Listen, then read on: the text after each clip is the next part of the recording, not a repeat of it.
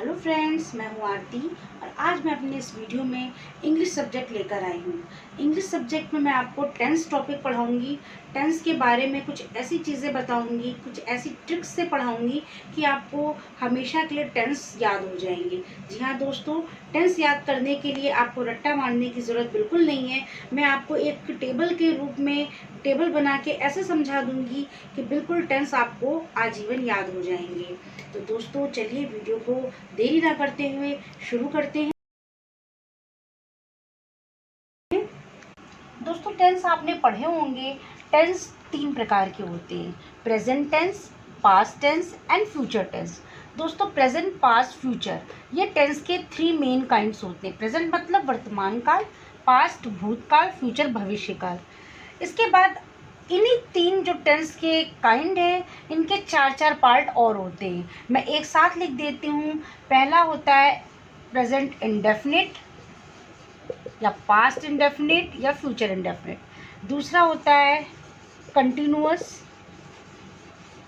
तीसरा होता है परफेक्ट और चौथा होता है परफेक्ट कंटिन्यूअस। ये 4 पार्ट इन तीनों काइंड्स के होते हैं। मतलब 4 इसके, 4 पास्ट के और 4 फ्यूचर के। तो टोटल हमारे हो गए 12 काइंड्स। यानी टेंस के हमारे 12 काइंड्स होते हैं। मेन तो 3 ही होते हैं, लेकिन अगर इनके भी हम डिवाइड कर लेंगे, present indefinite, present continuous, present perfect continuous. इसी तरीके से past indefinite, past continuous, past perfect और पास्ट परफेक्ट कंटिन्यूअस, और इसी तरीके से फ्यूचर। तो इस तरह से हमारे टोटल कितने काइंड्स हो गए?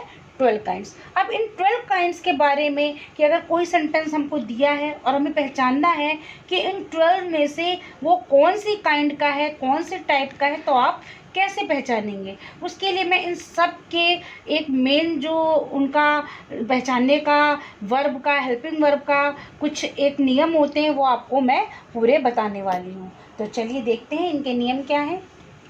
देखते हैं। जो हमने टेंस के 3 काइंड्स बताए वो हमने ऐसे लिख दिए हैं, और इधर हमने लिखा है हेल्पिंग वर्ब और मेन वर्ब। अब हमें ये देखना है कि प्रेजेंट टेंस में कौन सी हेल्पिंग वर्ब हम यूज़ करते हैं। तो सबसे पहले हम लिख सकते हैं इज, एम, आर, ये यूज़ होती है। दूसरी डू या डज, डू या डज यूज़ करते हैं। और तीसरी हमारी है हैज़ या हैव। तो ये हमारी हेल्पिंग वर्ब्स हो गई प्रेजेंट की। पास्ट में हम इसकी जगह क्या यूज़ करते हैं? वॉज और वर। और डू डज की जगह पास्ट में क्या यूज़ होता है? डिड। और हैज़ हैव की जगह हैड। ठीक है। और फ्यूचर में कुछ नहीं, सिर्फ 2 टर्म आते हैं, विल और शैल।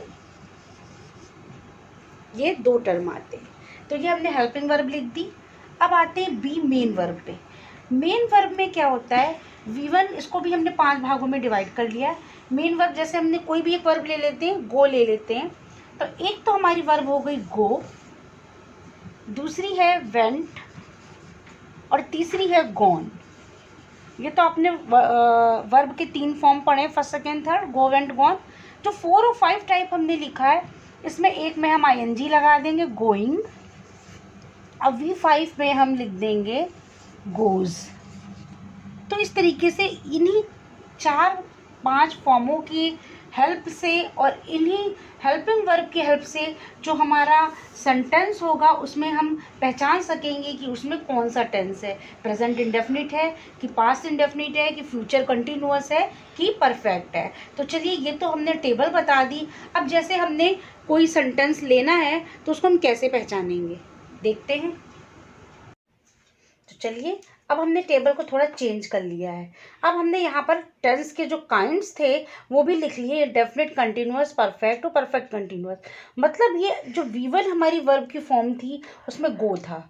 तो गो जो होता है वो इंडेफिनिट टेंस में आता है, चाहे वो प्रेजेंट इंडेफिनिट हो, चाहे पास्ट इंडेफिनिट हो, चाहे फ्यूचर इंडेफिनिट हो, तो वर्ब की ऐसी फॉर्म आएगी। जब ING लगा होगा तो वो कंटिन्यूअस टेंस होगा, और जब V3 यानी वर्ब की थर्ड फॉर्म लगेगी तो परफेक्ट टेंस होगा।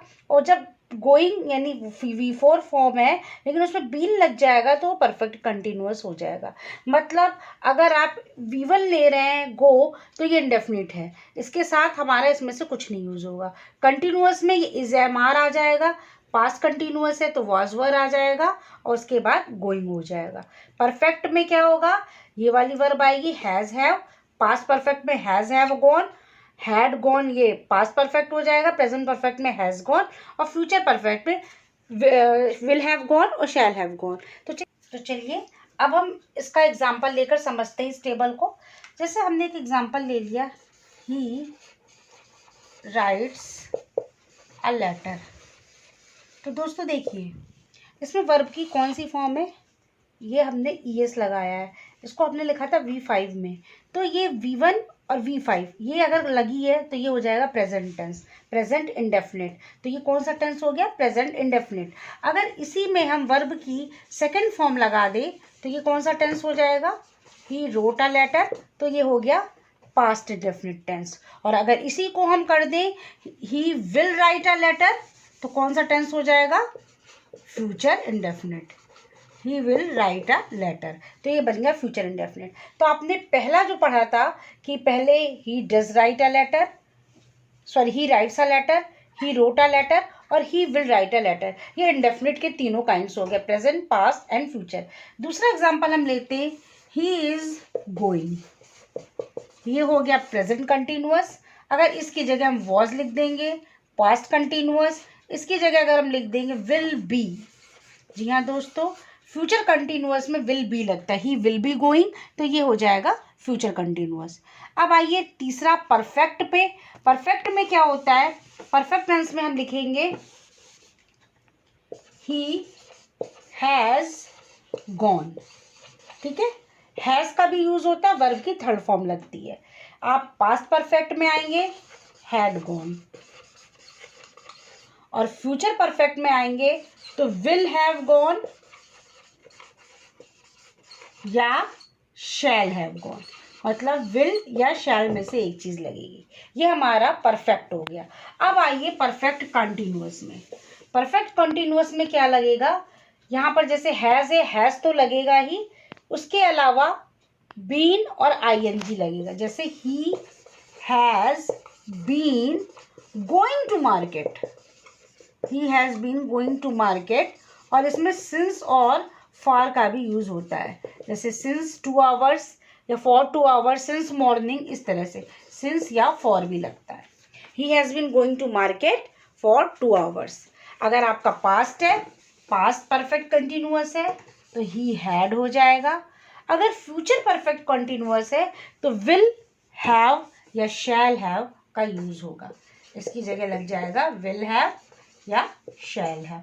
ही will have been going to market, और सिंस और फॉर लगेगा, वो उसका रूल अलग है, वो आपको मैं नेक्स्ट वीडियो में बता दूंगी। अगर आप मुझे कमेंट बॉक्स में पूछेंगे कि आप हमें सिंस और फॉर का भी बता दीजिए, फॉर लगता है आवर्स के लिए और सिंस मॉर्निंग इवनिंग, कुछ प्रॉपर उसके अलग अलग नियम है, तो मैं आपको बता दूंगी। तो ये आज आपने टेंस के बारे में पूरा पढ़ा कि कैसे 3 काइंड्स मेन होते हैं, प्रेजेंट पास्ट फ्यूचर, और उसके किस तरह से 12 पार्ट्स होते हैं, उन 12 पार्ट्स में किस तरह से हेल्पिंग वर्ब का यूज़ होता है, और जो मेन वर्ब यूज़ होती है उसकी कौन सी फॉर्म लगती है, V1 V2 V3 first second third, और V4 जिसमें ING लगता है और V5 ES लगता है। तो अगर आपको इस तरह टेंस को समझने में, याद करने में हेल्प मिलती है तो इस टेबल को आप याद कर सकते हैं। और मेरे वीडियो को अगर आपने लाइक किया, पसंद आया हो तो लाइक कर दीजिए, शेयर करिएगा और मेरे चैनल को सब्सक्राइब करिए। Thank you.